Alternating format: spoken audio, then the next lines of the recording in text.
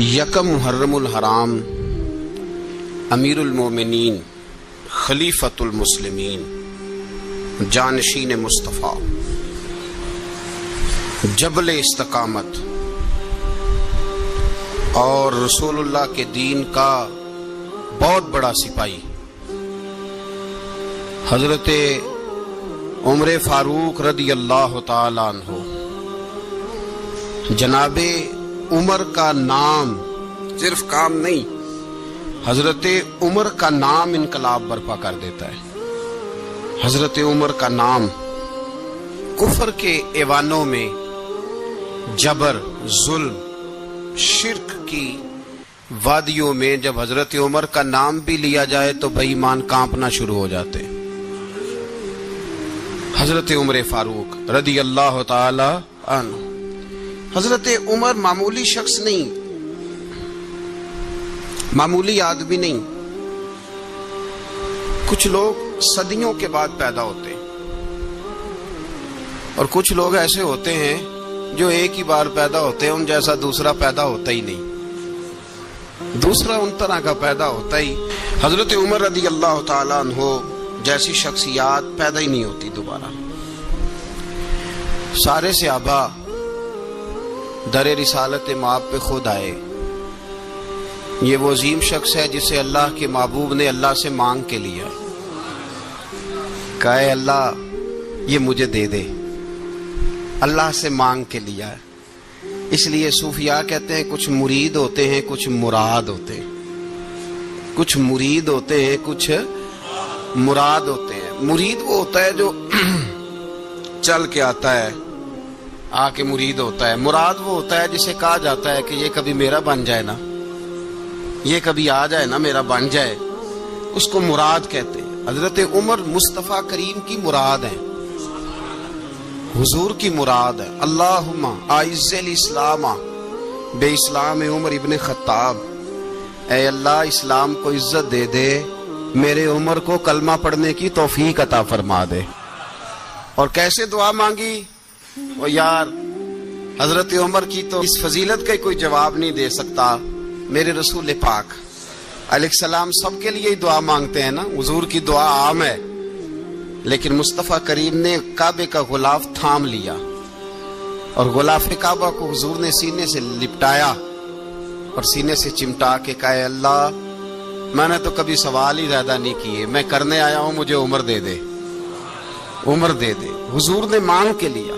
اور پھر جب جس کو حضور مانگے اللہ سے کہ حضرت عمر رضی اللہ تعالیٰ عنہ کا آج یوم شہادت ہے، میرا تو دل کرتا تھا کہ فجر سے باتیں شروع ہوں اور سارا دن ہی عمر کی باتیں ہوتی رہیں، سارا دن جناب عمر کی باتیں، سارا دن، اس لیے کہ ذکر جناب عمر کا ہوگا پر راضی اللہ کے رسول ہوں گے صلی اللہ، تو جاگ کے بیٹھے، خوش ہو کے بیٹھے۔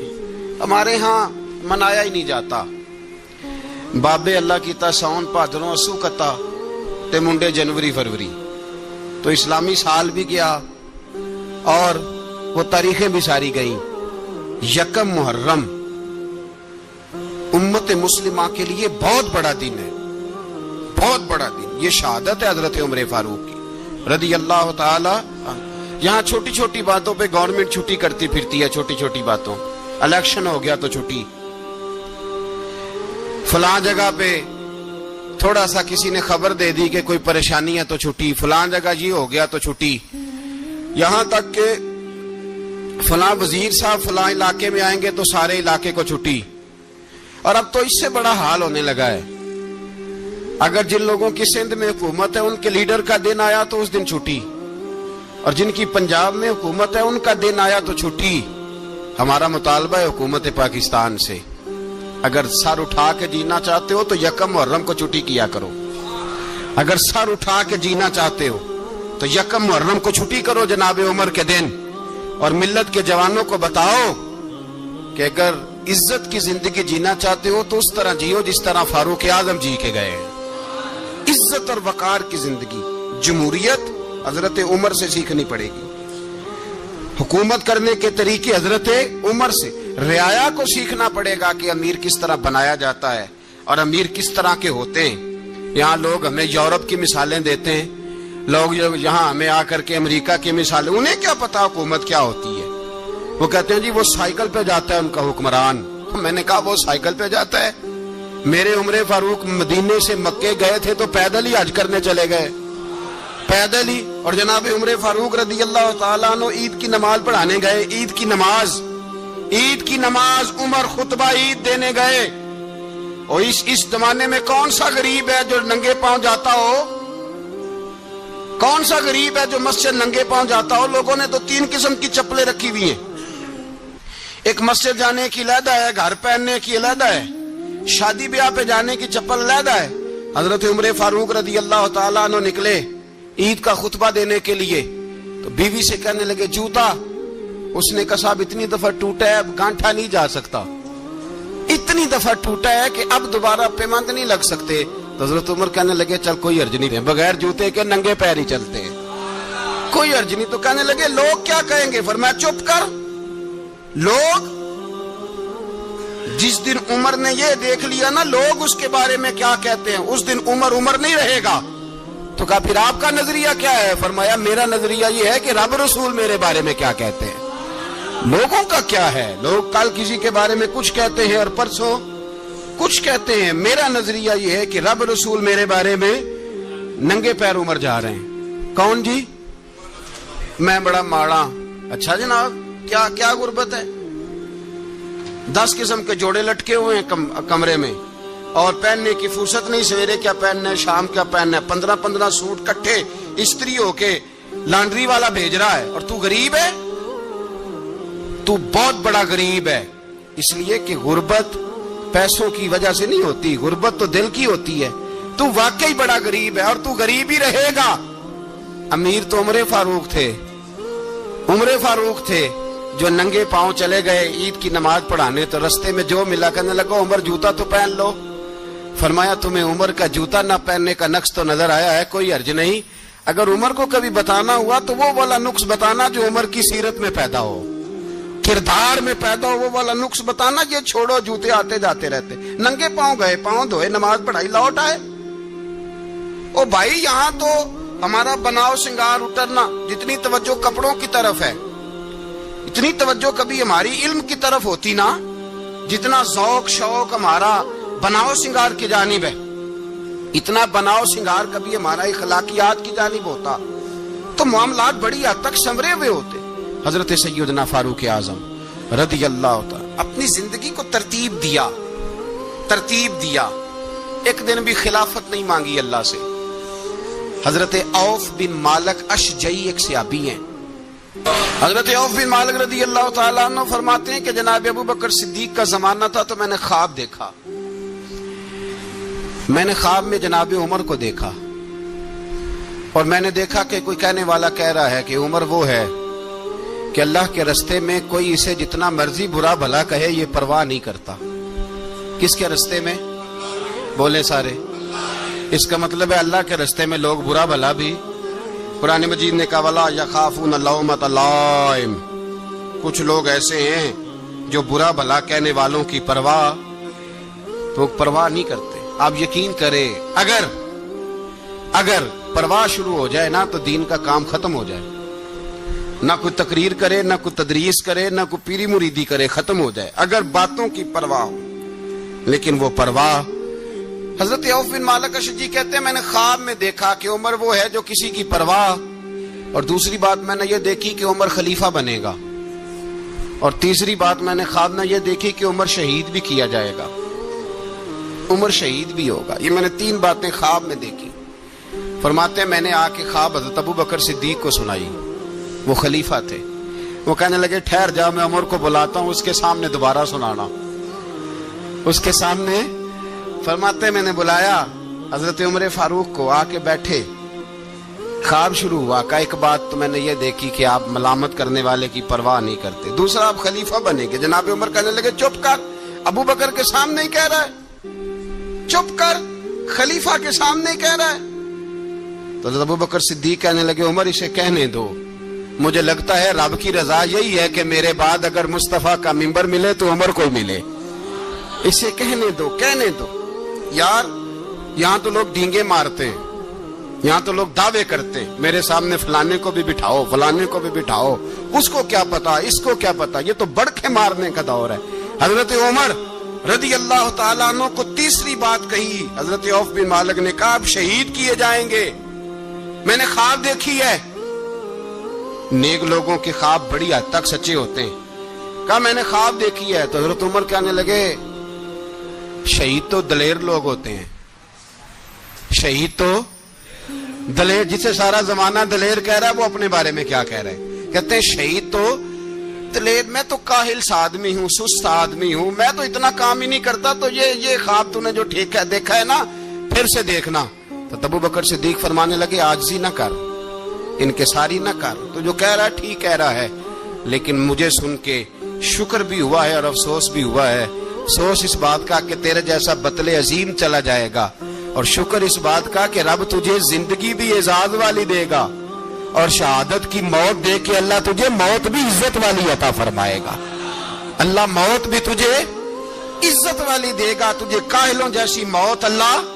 حضرت فاروق اعظم رضی اللہ، او بھائی یہاں تو اس زمانے کا سب سے بڑا مسئلہ پروٹوکول ہے۔ لوگوں کو پتا ہوتا ہے کامل پیر ہے، کامل مرشد ہے، لوگ نہیں جاتے۔ میں کسی کا مرید ہو جاؤں، میرا پروٹوکول کدھر گیا؟ پتا ہوتا ہے یہ کامل استاد ہے، میں اس کے پاس بیٹھوں گا تو میری تربیت کرے گا، لیکن لوگ شاگرد نہیں بنتے، میں کدھر گئی؟ یہ جو پروٹوکول کی مصیبت ہے نا، اس نے بڑے بڑے لوگ زیرو کر دیے، بڑے بڑے لوگ۔ اور یہ مت سمجھے کہ آپ کا وزیر اعظم پروٹوکول لیتا ہے یا آپ کا صدر پروٹوکول، وزراء، ایسی کوئی بات نہیں۔ ہم چھوٹے طبقے سے لے کر بڑے سارے پروٹوکول کے قائل ہیں۔ ہمارا تو داماد بھی کہتا ہے کہ مجھے پوچھا نہیں میں تمہارے گھر کیوں آؤں۔ ہمارا تو بھائی ہر شخص اعلان کرتا ہے پروٹوکول کا، فلانے نے عزت نہیں دی تو واپس آ جاؤ، فلانے نے سلوٹ نہیں کیا تو واپس آ جاؤ۔ لوگ جہاں سلوٹ کرنا چاہیے وہاں بھی سلوٹ کرانے کے قائل ہیں، پر حضرت عمر رضی اللہ تعالی، حضرت عمر کی سادگی اور پھر جناب عمر کی عاجزی، جب انسان اپنے اوپر سوار کر لیتا ہے نا، سوار کر لیتا ہے، میں بدکار پرانا خادم، کسے در ملی نی ٹوئی، تے واصف یار نے نظر جو کیتی تے واصف ہی۔ میں اکثر سوچتا ہوں حضور نے جہاں بھی کہا نا، فرمایا میرے بعد نبی ہوتے تو خطاب کے بیٹے عمر ہوتے۔ حضور نے فرمایا عمر جس رستے سے جاتا ہے شیطان وہ رستہ بدل جاتا ہے۔ نبی پاک صلی اللہ علیہ وسلم نے فرمایا میرا عمر وہ ہے کہ اس کی زبان پر حق جاری ہے۔ حضور علیہ الصلوۃ والسلام نے فرمایا 950 سال حضرت جبریل میرے عمر کی شان بیان کریں تو ان کی عظمت ختم نہیں ہوتی۔ 950 سال جبریل عظمت بیان کرے تو ختم نہیں ہوتی۔ یہ بات ہے حضرت عمر کی، اور فرمایا عمر ابو بکر کی نیکیوں میں سے ایک نیکی ہے، یہ شان ہے اب عمر فاروق رضی اللہ تعالیٰ عنہ کی۔ حضور نے فرمایا میرے بعد نبی ہوتے تو عمر ہوتے، جس گلی سے عمر آئے شیطان رستہ بدل جائے۔ میرے عمر فاروق کی شان 950 سال بیان ہو تو ختم نہ ہو۔ عمر کی زبان پر اللہ حق بیان کرتا ہے، جو عمر کہتا ہے وہی رب کر دیتا ہے۔ حضور ساری زندگی فضیلتیں بیان کرتے رہے، عمر جواب میں کیا کہتے ہیں؟ کوئی بتائے نا کہ یہ والی حدیثیں کبھی عمر نے بھی روایت کی ہوں کہ حضور نے میرے بارے میں یہ کہا ہے۔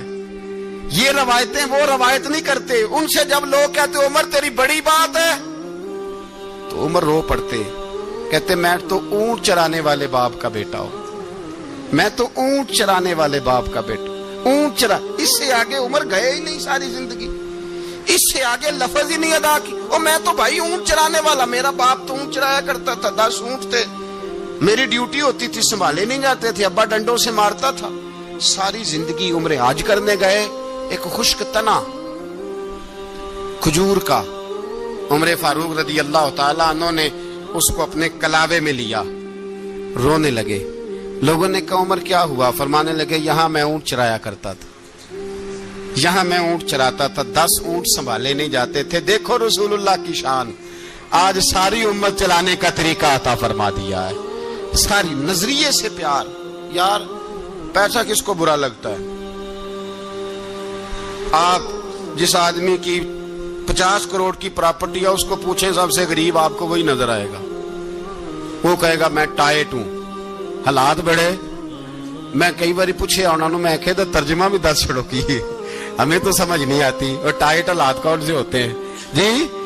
جس آدمی کا کروڑوں میں کاروبار ہے نا، اس کو آپ چھیڑے وہ رونے لگ جائے گا. رونے تو کئی میں نے ایسے دیکھے ہیں، کرائے کا مکان ہے، ان سے پوچھے صاحب کیا حال ہے، تو کہتے ہیں جتنی اللہ نے شان والی زندگی ہمیں عطا کی ہے کسی کو نہیں دی ہوئی. اس کا مطلب ہے خوشی بھی یہی ہے اور غم بھی یہی. اندر سے خوشی ہے، اندر سے ہی. تو نے اگر راضی رہنا ہے تو ادھر سے رہنا ہے، ناراض رہنا ہے تو بس اپنے آپ کو خوش رکھے گا تو ہو جائے گا. سارے صحابہ مل کے آئے، کہنے لگے عمر فاروق سے کہنا ہے نبی پاک کے زمانے میں تو ظاہراً غربت تھی، ابو بکر کے دور میں بھی غربت تھی، اب تو بڑا مال ہے.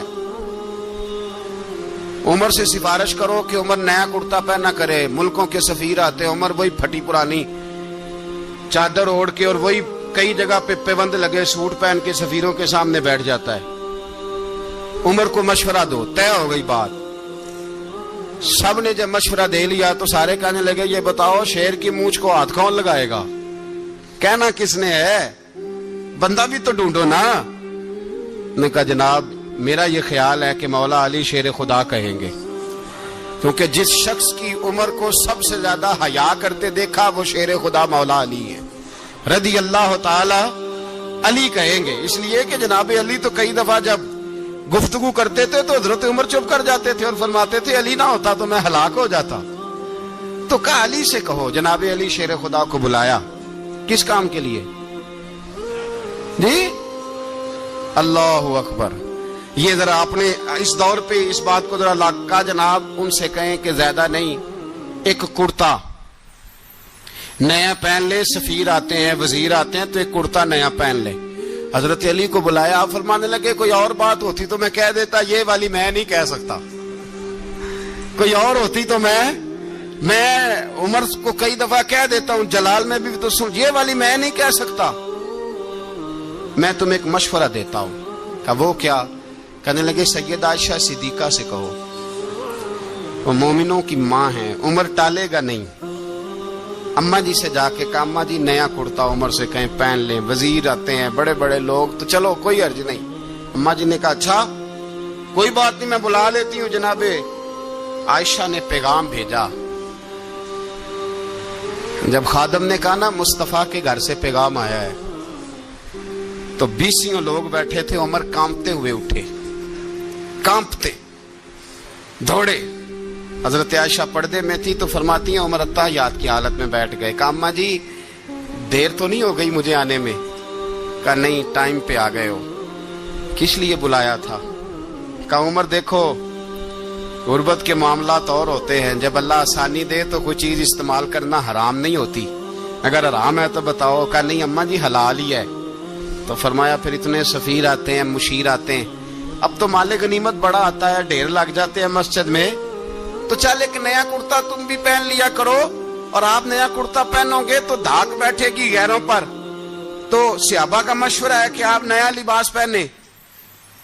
اماں جی کہتی ہے میں نے حکم دیا تو عمر چپ کر گئے، گردن جھک گئی. تھوڑی دیر کے بعد سیدنا عمر فاروق نے سر اٹھایا تو داڑھی پہ آنسو گر رہے تھے. رو پڑے، کہنے لگے پاک محبوب کی پاک بیوی جیسے حکم کرتی ہو میں حاضر ہوں، پر مجھے وہ والا لباس پہنانا جو میرے مصطفیٰ نے پسند فرمایا ہے. اگر یہ رنگ رسول پاک کا ہے تو میں حاضر ہوں، اور اگر نبی پاک کا نہیں تو پھر جیسے آپ حکم کریں. جناب عائشہ کہتے ہیں عمر روئے تو میں زیادہ روئی، میرا پلو بھیگ گیا آنسوؤں سے. میں نے کہا عمر آپ جائیے. عمر یوں نکلے تو جو صحابہ کھڑے تھے وہ کونے میں تھے، سارے آ گئے. کہا اماں جی کیا بنا؟ فرمایا بھائی تم سب جو باتیں کہتے ہو وہ اپنی جگہ ٹھیک ہیں، پر عمر جو بات کرتا ہے وہ سب سے زیادہ ٹھیک ہے. عمر جس پہلو پر بات کرتا ہے وہ یار ایسی عاجزی، ایسا رنگ، ایسا انداز، ایسا طرز حیات، ایسی زندگی. اولاد کے معاملے میں لوگ بزدل ہو جاتے ہیں، بزدل. پر حضرت عمر کا بیٹا مصر گیا، وہاں سے کمائی کر کے لایا، تجارت کرنے گیا، لاکھوں کا مال. کون سا باپ ہے دنیا میں جس کا بیٹا باہر سے پیسے لے کے آئے تو ابا تفصیل پوچھے کہ بیٹا کہاں سے کمائے، کہاں سے لایا، کتنے ملے، کیوں آئے؟ کون سا باپ تفصیل پوچھتا ہے؟ ابا تو کہتا لا صحیح،